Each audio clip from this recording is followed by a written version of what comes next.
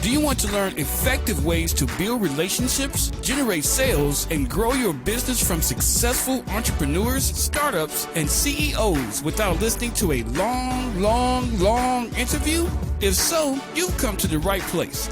Gresham Harkless values your time and is ready to share with you precisely the information you're in search of.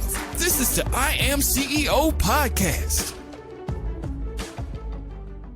Hello. This is Gresh from the IAM568 podcast, and I have a very special guest on the show today. I have Corey Jahnke of CoreyJahnke.com. Corey, it's awesome having you on the show. Oh, thank you so much for letting me be here, Gresh. It's just an exciting time to be an entrepreneur and a business person and to meet new friends like yourself. Yeah, absolutely. Well, I'm super excited to have you on the show, and this should definitely be an awesome episode. And just so that everybody knows a little bit more about Corey, I wanted to read a little bit more about you. And Corey has been a community pharmacist for 30 years, two-time Wal-Mart Pharmacist of the Year. And in an effort to help others successful in leading and serving people, Corey launched a side business that threw him deeply into debt and almost lost him everything, including his marriage. Today, Corey is here to help our listeners avoid his mistakes and to help them find the financial peace and wealth they truly deserve. Corey, are you ready to speak to the IAM568 community? Oh, absolutely. And I am super thankful for the opportunity. How's it going out there, guys? It's going really well. So I wanted to kick everything off here a little bit more about what I call your CEO story and what led you to get started with your business. Well, one of the things that happened is when I first got out of pharmacy school, I wanted to do something different than stand there for 40 years and go, Gresh, take this with food, take this on an empty stomach. I knew that if I had to do that, I would be bored out of my mind. So I made my business about, hey, dude, what did you do to your arm? Or, hey, Lisa, the last time you were in here, you were on your way to your daughter's soccer game. How'd that come out? So what I was doing is I was just wanting to have fun. And what happened was that all of a sudden, whenever the phone would ring, people were asking for me. Mm-hmm. People were assuming that I was the smartest guy in the pharmacy. And it took me a long time to figure that out. But what happened was I think that this was the beginning of what we now call relationship marketing, right? And so when I was talking to people and I was finding out that they had real life stories that they wanted to share, I started asking them specific questions about, hey, you seem like a really successful guy. What is it that you do when you're not picking up your prescriptions at the pharmacy? And people would tell me their stories of success and their stories of failure. And what would happen is that I would feel really bad for the people who are getting crushed. And I knew this information from the people that were crushing it. So what I wanted to do is I wanted to swap the information, give the information to the people who needed it, right? Well, all of a sudden I started writing books because, as you and I were just speaking about before the podcast, I live in northern Wisconsin and it's cold a lot of times of the year. Mm-hmm. So I'm spending time in the library writing books. And what I learned is that marketing a book is a whole separate business from writing a book. And I fell prey to every single person who could promise me and charge me that they could get these books out there to the entire universe. And what happened was, as you have probably heard before, here I am deeply in debt. Here I am having great books and products, but nobody knows about them. And that, as you said already, put a huge strain on my marriage. So there was a number of things that we figured out along the way that I want to share with your audience that I call mistakes and what I would do over again. But I also want to share with your audience so that those other people who are out there like me know what they can do to get out of that situation. Does that sound fair? That sounds very fair. All right, cool. Well, so can you tell us, I guess, a little bit more about like how you're helping your clients do that? So it sounds like you're working with, or you're just kind of telling us a little bit more about that. Yeah, absolutely. So what happens is that when you are first starting out in business, you get to a situation where you're falling in love with all these ideas that are basically false. You have to do X, Y, and Z. And everybody's coming along with, if you ever scroll down your Instagram feed and let me help you get customers, let me help you get clients, let me help you do this. And they seem like, boy, these are really nice people that have really great business results and they really want to help me, right? But then if everybody's business is helping you grow your business, what are they actually doing in their business? And I'm sure, as you've already found out, they don't have a business. They have a story. And their story is really expensive to people who fall prey to it. So the first thing I teach my clients is that, number one, before you develop a product, develop an audience. That's the number one thing. I wrote a book and then I spent a lot of money developing this book and getting this book together, probably like $20,000 or $30,000 out of our own money. And guess what? No one wanted to read the book. Why? Because I did everything backwards. I basically made a loud trumpet noise when there was no one around to hear it. I literally was that tree that fell in the forest. And I can tell you, if a tree falls in the forest and there's no one there to hear it, it doesn't make a noise. But it ends up with a lot of payments and a lot of debt and a lot of problems. So one of the things that I want the listeners to know is that, first of all, start slow, start small, and really think through, what is it that you're trying to do and why are you trying to do it? And really get with some people that you trust that know. And I'm talking about people who have businesses now, like financial planners and accountants, and find out, you know what, how does a person even run a business? Before you go gallivanting off and throwing a bunch of money into your business, find out, how does business work? That's part one. Part two is work on building an audience. And that, you know what, when you talk to the people who are really crushing it out there, those are people like you and me who did something remarkable and scary. They went to their community and they said, hey, Gresh, I've got an idea. And I want to invite you and 3-4 other people to the local coffee shop where they got this little back room. We can close it and we can kick around these ideas. And let me share these ideas. And do you think they got legs? You know what that costs? That costs about 38 cents. But don't go hiring somebody who's going to promise to build you an audience until you've run it by people that you know and people that you trust. Does that make sense? Yeah, that makes the perfect sense. And I think it sounds like so many times people decide, I guess they don't want to do, and definitely correct me if I'm wrong, they don't want to do kind of like I don't want to call it harder, but maybe the more long-term focused things in order to be successful. They want to jump right to what the easy button is because, like you said, they saw it on Instagram or they saw an ad or something like that. Yeah, it looks really great when the people who are out there crushing it are out there with the big websites and the big banners and the great videos. But what you don't see is the 18 or 20 years that it took to get there.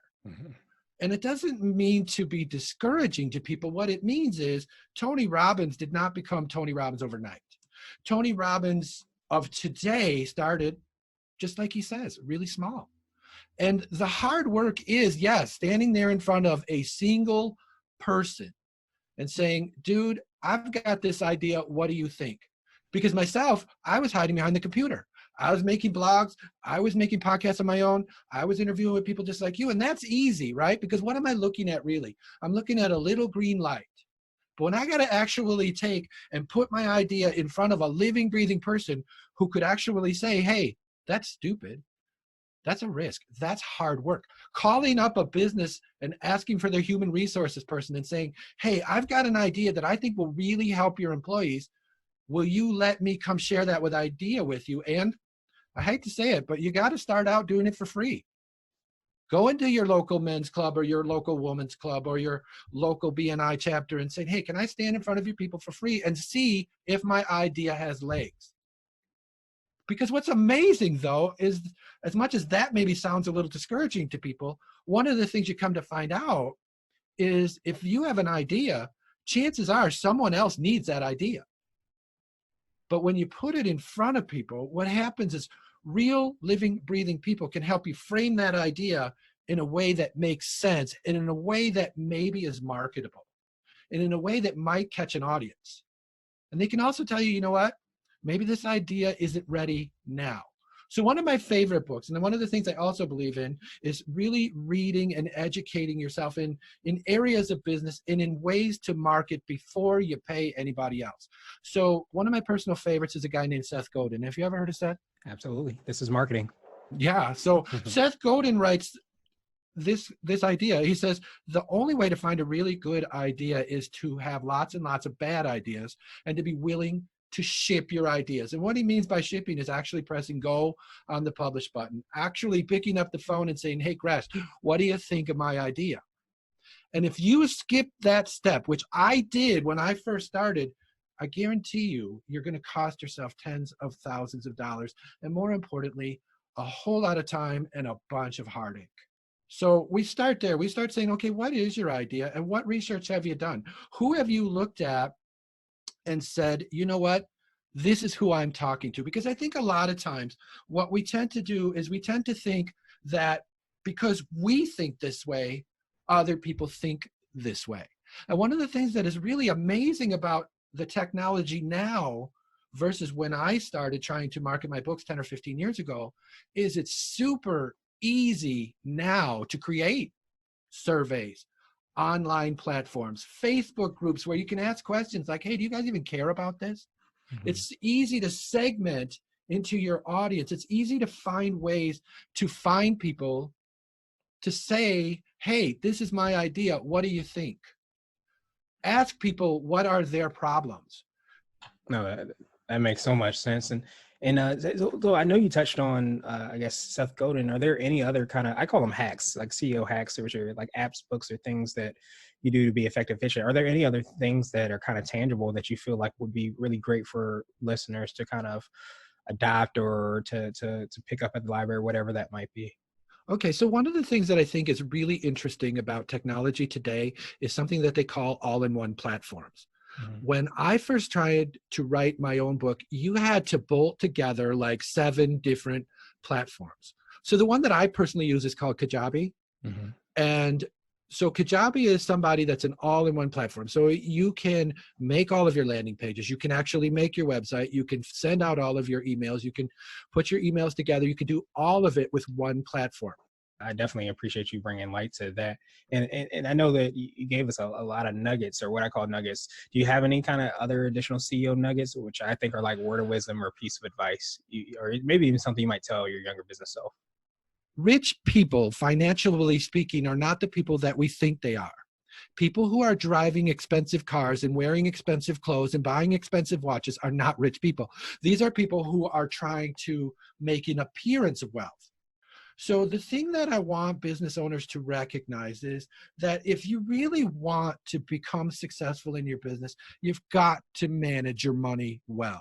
You've got to manage your business operating expenses well, and you've got to manage your personal operating expenses well. And what that means to me is really recognizing that when you say yes to any kind of a purchase, you're saying no to any kind of an investment. So you really want to ask yourself, am I in the business of making a rich life, making my business grow for the long term, investing in my family's financial future, or am I in the business of trying to show people how successful I am? That makes so much sense. Well, no, I definitely appreciate that. And usually, like the last question I ask is just about the definition of what it means to be a CEO. And we're hoping to have different, like, quote unquote, CEOs on this show. So, what does, I guess, being a CEO, an entrepreneur, and business owner mean to you, Corey? Well, I think really what it means is that I am responsible for everything that happens in my life. Mhm. I am responsible for the way other people view me. I am responsible for running my business responsibly. I am responsible for running my family responsibly. And when I say running my family, I want to make it clear. I mean that my family is a partnership between me, my wife, and my son. And when you have a partnership and you share in decision making and you actually have the best interest of the organization, whether it be the family or the business or your local organizations that you belong to, what it means is that you're willing to put your ego aside. You're willing to ask for help. You're willing to delay decisions, and you're willing to think logically, so that when you're a CEO, you're actually making decisions that will make your life, your business, your family, and your organization successful for the long haul, and not just immediate gratification. Is that fair enough? That's definitely very fair. And I definitely appreciate that, because I think so many times we forget about all those aspects when we're making decisions. But I definitely appreciate you for putting that in perspective. So I appreciate that definition. Obviously, I appreciate your time even more. What I want to do is pass you the mic, so to speak, just to see if there's anything additional you want to let our readers and listeners know. And then, of course, how best they can get a hold of you and how they can reach out to you and find out about all those things you're working on. Oh, wonderful. I thank you for doing that. The big thing that I want to say to people is that I really do believe that the best way to become wealthy in America is to own your own business. I really, really do. But I think it's really important that just what I said is that you just take the time to say, okay, who am I?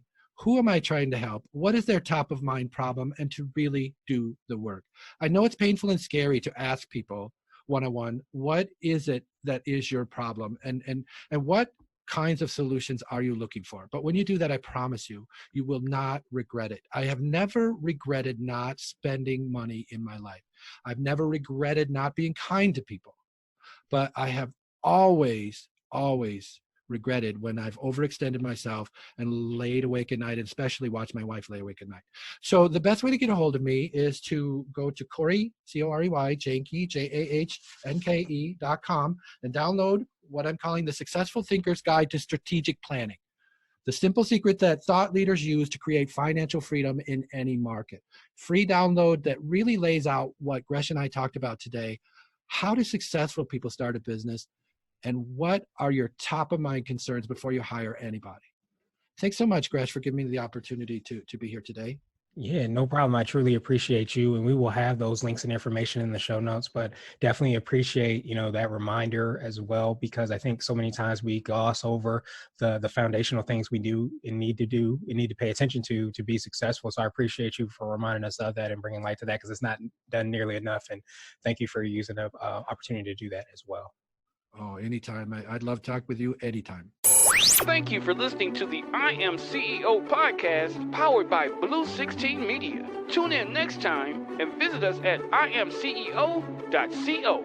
IAM568 is not just a phrase, it's a community. Be sure to follow us on social media and subscribe to our podcast on iTunes, Google Play, and everywhere you listen to podcasts. Subscribe and leave us a 5-star rating. Grab CEO Gear at www.ceogear.co. This has been the I Am CEO podcast with Gresham Harkless. Thank you for listening.